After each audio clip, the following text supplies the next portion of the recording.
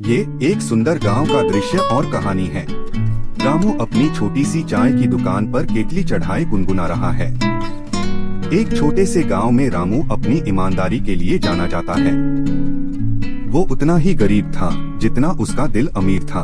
फिर एक बड़ी चमचमाती काली कार दुकान के बाहर तेजी से आती है और धूल उड़ती है। फिर सेठ धनीराम गुस्से में बाहर निकलता है और रामू से बोलता है कि उफ, कितनी धूल और गर्मी है यहाँ। ऐ छोटू, जल्दी से एक कड़क चाय ला और सही से बना कर लाओ, वरना तुझे पता है कि मैं क्या करूँगा। फिर रामू डर कर बोलता है, जी सेठ जी, अभी लाया, आप बैठिए तो सही।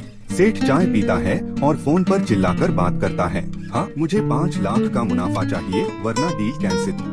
वो जेब से रुमाल निकालता है और उसी वक्त उसका बटुआ नीचे गिर जाता है। उससे ये ध्यान नहीं रहा कि मेरा बटुआ गिर गया है। सेठ कार में बैठकर निकल जाते हैं। रामू बर्तन उठाने आता है और उसे जमीन पर बटुआ दिखता है। फिर रामू कहता है, अरे ये तो सेठ जी का बटुआ है, इसमें तो इतने पैसे हैं कि मेरी पूरी जिंदगी बदल सकती है। रामू बटुए को देखता है, फिर अपनी पुरानी टूटी हुई छत और बिखरे हुए सामान को देखता है। फिर रामू सोचता है कि नहीं, ये मेरे पैसे नहीं हैं, मेहनत की कमाई ही बरकत देती है, मुझे ये बटुआ लौटाना होगा। फिर अगले दिन सेठ वापस आता है और हमारे रामू को वो बहुत परेशान दिख रहा है, जमीन पर कुछ ढूंढते हुआ और बहुत परेशान।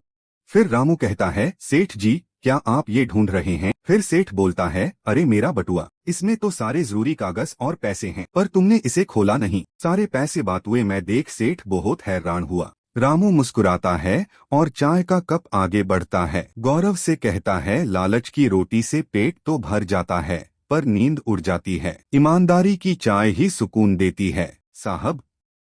सेठ धनीराम ये सुनकर बहुत शर्मिंदा होते हैं और रामू का हाथ पकड़ते हैं। उनको यहाँ सुनकर अपने गलत काम करने का, दूसरे पे गुस्सा करने का बहुत दुख होता है। रामू कहता है कि दोस्तों, पैसा तो सब कमाते हैं पर इज्जत कमाना सबके बस की बात नहीं। तो मैं आप सबसे पूछता हूँ, क्या आपने कभी किसी की खोई हुई चीज लौटाई है? कमेंट में बताएं।